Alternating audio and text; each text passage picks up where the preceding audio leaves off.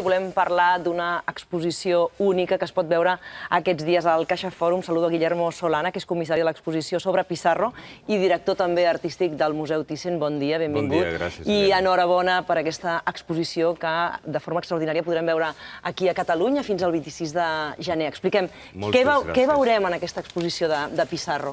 Es un repaso a toda la obra de este artista, que es uno de los grandes del impresionismo, quizá la figura más fundamental del movimiento impresionista, pero que yo siempre digo que ha sido un poco eclipsado por el brillo de Monet, a quien todos conocemos más, identificamos el impresionismo con Monet.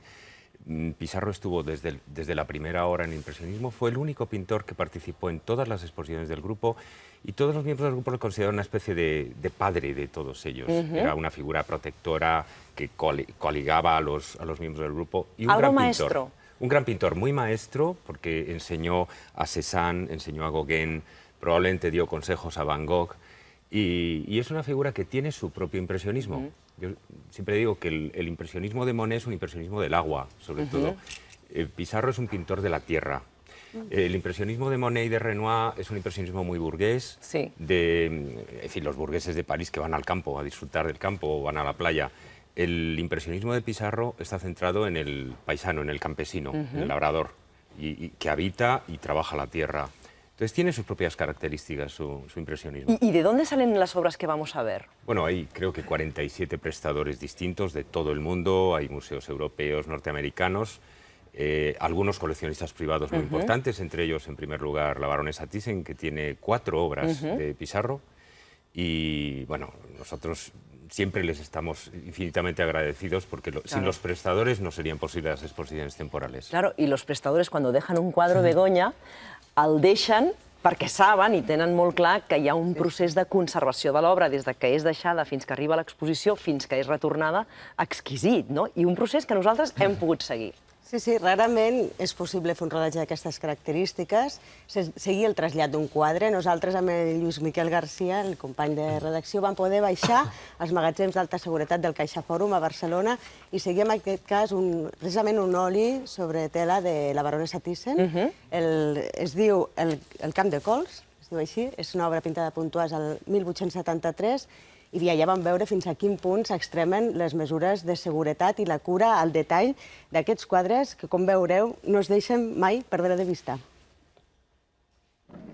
La exposición en sí empieza desde hace 2 años en los que consigues más o menos los préstamos y una vez que ya llegan las obras a Caixa Fòrum, que vienen normalmente en camión o en avión acompañadas con el personaje que se llama Correo, que es el que acompaña las obras, están 24 horas aclimatándose las obras para lo que es la temperatura y la humedad y al día siguiente ya empezamos el proceso de montaje, normalmente con el Correo que ha venido la víspera con la obra. En su presencia abrimos la caja, la subimos, la montamos.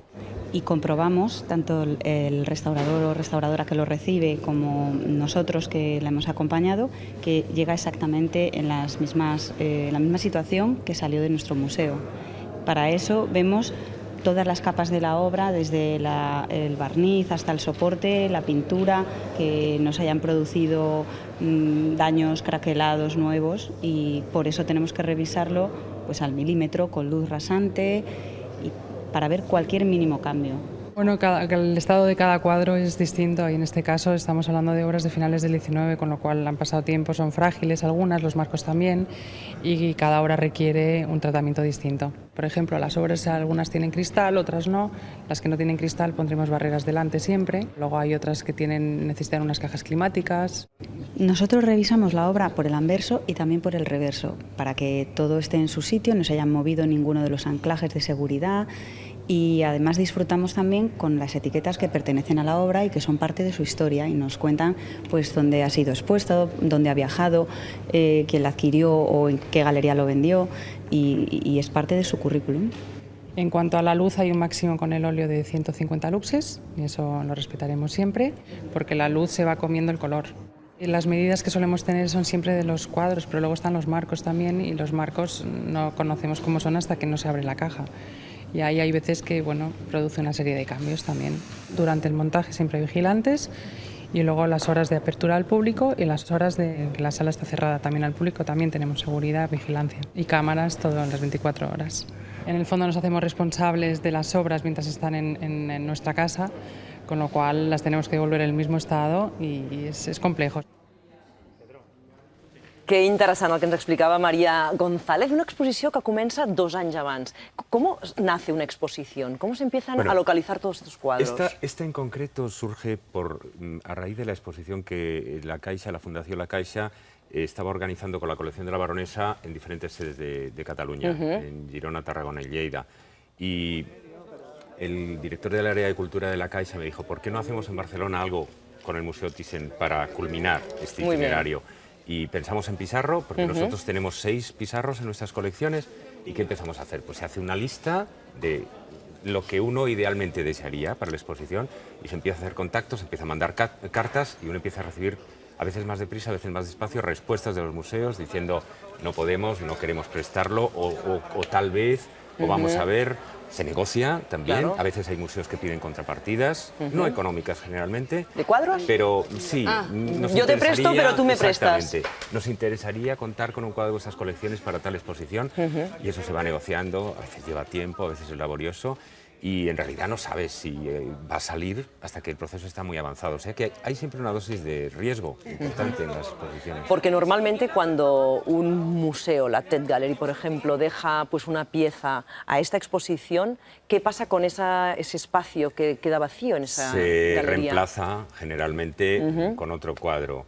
O si es una obra muy destacada, a veces se pone una cartela para señalar la ausencia y se explica dónde está, porque los visitantes se enfadan a veces. Sí, y saben dónde están los cuadros y van a veces viajan para ver cuadros. Y reclaman porque han venido especialmente para ver tal cuadro y no lo han encontrado en las salas. O sea que hay que contar con ese enfado del visitante. Y qué preparación la figura del correo, ¿no? Esa persona que sigue el cuadro. Yo he hecho de correo en bastantes ocasiones, sí.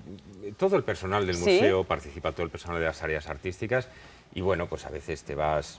Yo aprovecho a veces para, si viajas de correo a una ciudad, pues aprovechas para entrevistarte allí con gente o para visitar exposiciones o lo que sea.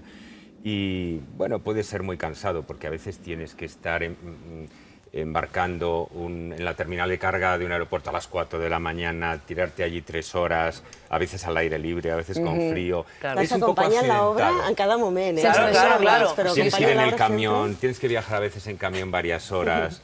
Qué duro. La cabina, cenar, ¿no? Pues a veces en la cabina, a veces en un coche de acompañamiento. Hay muchas circunstancias. Es muy estresante. Y hay viajes de correo tranquilos y hay viajes de correo tremendos. Todo depende y luego surgen incidencias muchas veces. Llegas a una ciudad, el transporte que estaba preparado, tal línea aérea no ha podido embarcar en tal vuelo tal, te tienes que quedar a dormir, en fin. O sea que cuando miras un cuadro, Guillermo, tú, ahí hay tanta historia detrás de toda la trayectoria. Te acuerdas de todo lo que has sufrido para conseguirlo, de todo. Y luego eso es muy caro, por supuesto, porque la entidad que toma prestados los cuadros tiene que pagar el viaje y la estancia de los correos en un hotel decente, pagarle unas dietas diarias. Imaginaos que cada cuadro pues va acompañado por un correo que vive en una ciudad varios días. Eso encarece enormemente el préstamo. ¿Y cómo va el tema de los seguros de los cuadros? Bueno, claro, los seguros, todo depende de lo que te exija el prestador. Si el prestador te dice, quiero que usted contrate con tal compañía de seguro, tienes que seguir sus instrucciones. Nosotros tenemos garantía del Estado en el Museo Thyssen y eso significa que el Estado te puede avalar para un conjunto y no tienes que contratar seguro privado. Pero aún así hay muchos prestadores que no quieren la garantía de Estado, no se fían y quieren, no, mire usted, contrátelo con tal compañía, ¿no? És que els prestadors fan un formulari de préstec on omplen les seves exigències, diguéssim. En aquest cas, per exemple, ens explicaven que algunes obres tenen una alarma incorporada dintre de l'obra, perquè el prestador ho exigeix, ¿no? Incluso el modo de asegurar la pintura en la pared es exigido en la forma que quiera por el prestador. El correo que viene te dice, no, yo quiero que se le ponga tal enganche, que se le ponga tal seguridad a la obra y no tiene más remedio que acceder. El prestador dicta sus condiciones. Por eso me sorprende todavía más, que siempre me sorprende, cómo se pueden robar cuadros de museos. Y a veces pasa, y supongo que a ustedes aún les sorprende más, ¿no? Toco madera. No nos gusta nada hablar de estas cosas, pero cuando pasa, muchas veces hay serios problemas en la institución que estaban latentes. Serios problemas que venían de atrás, ¿no? Cuando ha pasado recientemente en algunos museos europeos se ha visto que había descuidos, que había serios gaps de seguridad que no se habían detectado hasta que pasa algo realmente grave, ¿no? En el Museo Thyssen tenemos unas condiciones de seguridad muy por encima de la media de las condiciones de seguridad habituales. ¿Qué es lo que más le afecta a un cuadro? ¿Qué es lo que más le puede dañar? ¿La temperatura, la humedad? Por ejemplo, Barcelona, Las vibraciones afectan muchísimo. Durante el ciudad. transporte las vibraciones pueden ser muy dañinas. Y hay que tener en cuenta que, o sea, decimos, bueno, pues un cuadro va en un transporte, va en un camión, llega al aeropuerto, se embarca. En ese proceso de embarcar y desembarcar pasan muchas cosas, pueden pasar muchas cosas. El cuadro se pasa de una plataforma a otra, se carga, se descarga. Cualquier golpe, por supuesto la vibración misma del transporte, de un camión o de un avión, eso hay determinadas pinturas que están frágiles, que tienen una capa frágil, por ejemplo los pasteles, que son, como se sabe, un medio que no tiene un aglutinante que fije el pigmento al soporte, que podría despegar. el polvo se desprende si hay una vibración fuerte. Entonces, ningún cuadro sale beneficiado del transporte, pero hay algunos que lo soportan mejor que otros, digamos. Sí, anava a dir que la restauradora ens explicava precisament això, no? Que el més fràgil és la tela de la pintura, que es mou. Parlem de quadres de fa més d'un segle. Llavors, ells tenen calculat al mil·límetre cada marqueta que té el quadre i tot això ho comproven abans, durant i després de l'exposició. Són obres normalment que es deixen en préstec bastant sovint i per tant viatgen molt y la cura es això, al milímetro. El cuadro lleva lo que llamamos un mapa de alteraciones, donde está registrada hasta el menor detalle de las incidencias de la superficie, y eso se chequea cada vez que se carga, se descarga, se mira si ha sufrido algún daño adicional para luego los seguros o todo lo que sea. L'oli i també el marc, perquè els marcs també són Ho escoltava Marc, que Maria ho comentava, ¿no? La Hay importància marcos del que marc. están en un estado complicado de restauración, pero bueno, no nos preocupa tanto naturalmente como el estado de la obra. Un marco, pues si al final hay que cambiarlo, pues se cambia. Hay marcos de alto valor, pero nunca tan valiosos como la obra, claro. Guillermo, cuéntenos cómo se ha articulado esta exposición. Bueno, pues como Pizarro era una exposición retrospectiva, no ha sido muy compleja en el sentido... Lo que había que contar era la vida de Pizarro y la obra que fue produciendo a lo largo del tiempo. Entonces se trataba de que, hombre, los diferentes periodos de su obra estuvieran bien representados todos. Entonces hay que mantener durante el proceso de la exposición, si te fallan obras de tal época, buscar sustitutos. Yo estoy muy contento por el resultado. Incluso pudimos renunciar al final a algunos préstamos que habíamos conseguido porque ya teníamos ¿Obra suficiente? Obra suficiente. ¿Eso se puede hacer? Sí, si uno se lo ya permite. Unos meses antes, pues Ya. escribes agradeciendo un préstamo que te han concedido, pero por razones económicas tampoco puedes, en fin... permitirte todos los préstamos del mundo. Los presupuestos están muy vigilados ahora, y más en las condiciones económicas en que estamos todos los museos, hay que mirarlo mucho, ¿no? Y hay transportes a veces que salen muy caros. Pues, una determinada ciudad, yo qué sé, en Alemania, está apartada de otras, no se puede concentrar el transporte con otras, y te sale a lo mejor por 20.000 euros, por 30.000 euros, el transporte de un cuadro aislado, por camión. Entonces, hay que procurar que los transportes se concentren, que vengan todos juntos o el mayor número posible. Tiene a la vista nuevos proyectos porque nos consta que quería que justamente esta exposición diera pie a nuevas colaboraciones con las instituciones catalanas. Hemos hablado de otros proyectos, todavía no tenemos nada firme, pero con CaixaForum seguiremos trabajando, y con el MENAC tenemos un depósito de nuestra colección permanente y haremos cosas también en el futuro, seguro.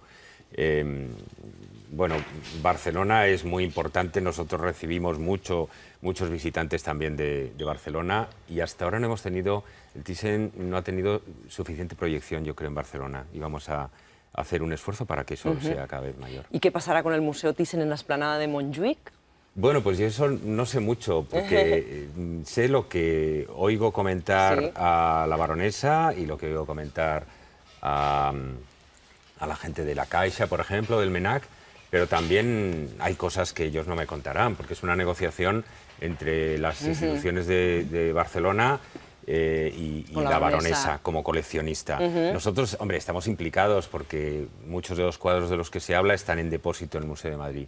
Si se alcanzara un acuerdo y la baronesa prestara una serie de cuadros o los depositara en Barcelona, yo siempre he dicho que no lo vería como una pérdida para nosotros, sino como una oportunidad para tener otra proyección, Más proyección, en Cataluña. claro, que esto siempre es bueno. Y venir aquí y asociarnos al proyecto que se hiciera aquí en Montjuïc. O sea, que si realmente al final se crea un pabellón Thyssen en Montjuïc, pues yo estaría encantado de ello como oportunidad. Guillermo Solana, director artístic del Museu Thyssen de Madrid, muchíssimes gràcies per haver-nos acompanyat avui als Moltes matins gràcies, a Helena. TV3, per haver-nos explicat totes aquestes curiositats relacionades amb el món de la conservació i, sobretot, per recordar-nos que tenim una esplèndida exposició per anar a veure fins al pròxim 26 de gener al Caixa Fòrum, aquí a Barcelona.